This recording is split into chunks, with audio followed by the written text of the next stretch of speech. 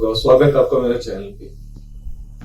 Rape के बारे में तो हर कोई बात करता है कि रेप एक बहुत हीनियस क्राइम है, जो कि है, और जिसके लिए कैपिटल पनिशमेंट तक होनी चाहिए। बिल्कुल वाजिब बात है, होनी चाहिए। लेकिन क्या आपको पता है एक हीनियस क्राइम है जिसकी रिपोर्टिंग बहुत ही कम होती है, लेकिन अक्सर कई लड़कियां जो काम करती हैं वो फेस करती हैं, वो है sexual harassment at work place. तो दोस्तों इस वीडियो को पूरा देखिएगा समझने के लिए सेक्सुअल हैरेसमेंट किसको कहते हैं, उसके लिए लैंडमार्क जजमेंट क्या है और उसके क्या राइट्स हैं आपके। आइए शुरू करते हैं इस वीडियो को एंड तक देखिएगा।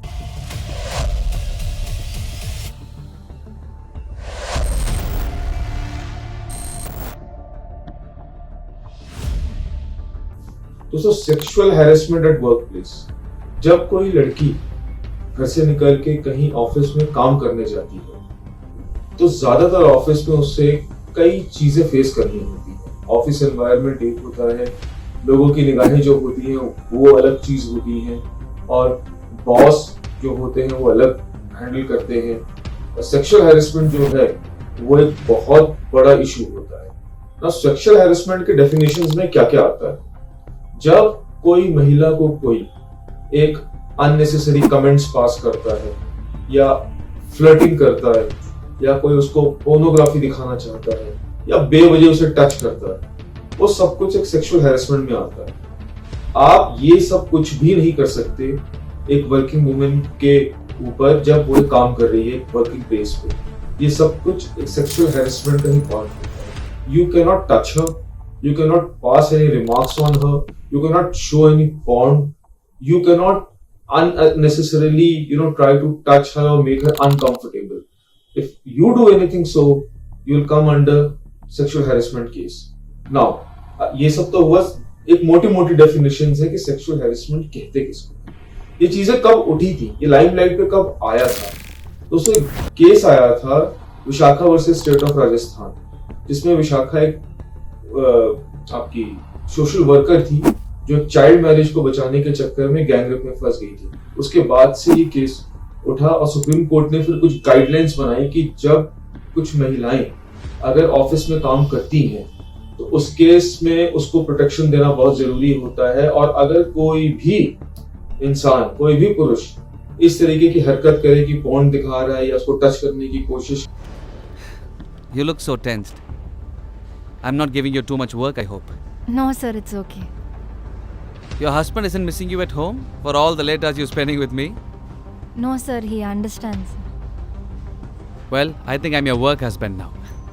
है या उसको कह रहा है लेट तक रुको और उसके बाद उसका अनड्यू एडवांटेज लेने की कोशिश करता है या उसको अनकंफर्टेबल करता है, तो वो सबको सेक्सुअल हैरेसमेंट में आता है। इस चीज को देखते हुए सरकार ने फिर 2013 में एक बिल लेके आई, The Protection of Women Against Sexual Harassment 2013।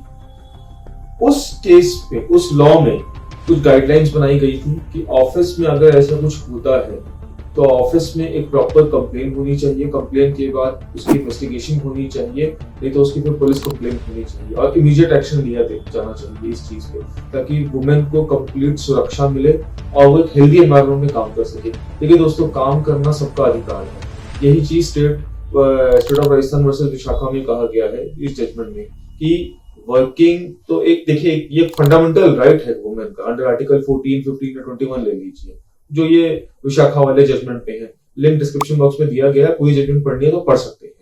उसमें साफ साफ ये कहा गया था कि उसके राइट्स हैं इक्वली बैठ के काम कर। By the way, congratulations, Shreya. Employee of the month twice in a row. Wow. Always knew you're the most hard-working employee of this company. But let me tell you one secret. Hard work जरूरी है, but break लेना और भी जरूरी है, वरना break down हो जाते हैं लोग।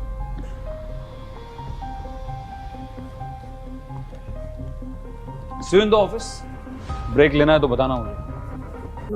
इक्वली सब चीजों को हैंडल करना, लेकिन उसका मतलब ये नहीं है कि जस्ट बिकॉज वो अपने घर से निकल के आपके ऑफिस में काम करने आई हैं तो आप उसको गंदी नजर से देखें या उस पर कमेंट्स पास करें, या फिर आप सोचते हैं कि आप उसको सैलरी देते हैं तो आप उसके साथ फ्लर्टिंग कर सकते हैं। ऐसा कुछ नहीं है। आप बिल्कुल गलती से भी ये काम मत कीजिएगा। अगर आपने किया, कंप्लेन हो गई, बिल्कुल आपके पास सेक्सुअल हैरेसमेंट का केस बनेगा। अब जो नया एक्ट आया है, भारतीय न्याय संहिता एक्ट, इसमें सेक्शन 75 में ये चीजें सारी कवर की गई है। इस चीज में एक ध्यान रखिएगा, ये टचिंग करना, फ्लर्टिंग करना और एक रिमार्क्स पास करना, इसमें आपको इम्प्रिजनमेंट हो सकती है 3 साल से 1 साल तक, और फाइन भी होगा। तो आपके ऊपर ये बहुत बड़ी प्रॉब्लम आ सकती है। तो इस चीज का ध्यान रखिएगा। कभी भी जो भी लड़की या महिला आपके ऑफिस में काम करती है, उसको रेस्पेक्टफुली हैंडल कीजिएगा और फ्लर्टिंग बिल्कुल मत कीजिए। ऑन द अदर हैंड, एक चीज बहुत बड़ा ड्रॉबैक अभी भी है, जो चीजें लाइमलाइट पे नहीं है, जो मैं इस वीडियो के माध्यम के जरिए से आपको बिल्कुल ये कह सकते हैं कि मैं एक आवाज टाइप उठाना चाहता हूँ कि सेक्सुअल हैरेसमेंट अगेंस्ट मेन भी होता है। Hi ma'am, Akash.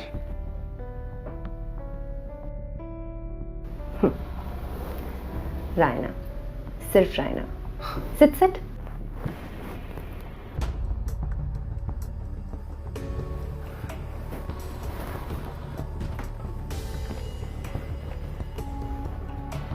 I look forward to working with you.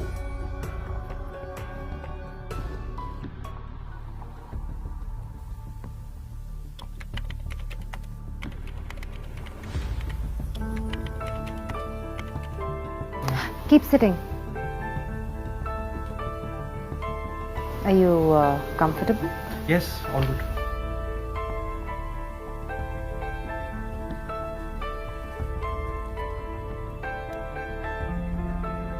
Hope to see you later then.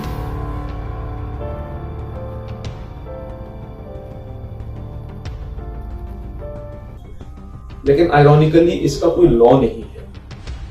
अब आप ये तो ठीक है, 95% रेशियो तो वुमेन के अगेंस्ट नहीं है, लेकिन 5% मेन की भी होती है कि जिसमें एक ज्यादातर ये केसेस में जब एक महिला बॉस होती है और वो किसी मेन को अगर पसंद करती है या कुछ वो उसको मतलब अनडू एडवांटेज लेना चाहती है, तो वो भी उसको हैरेस करती है।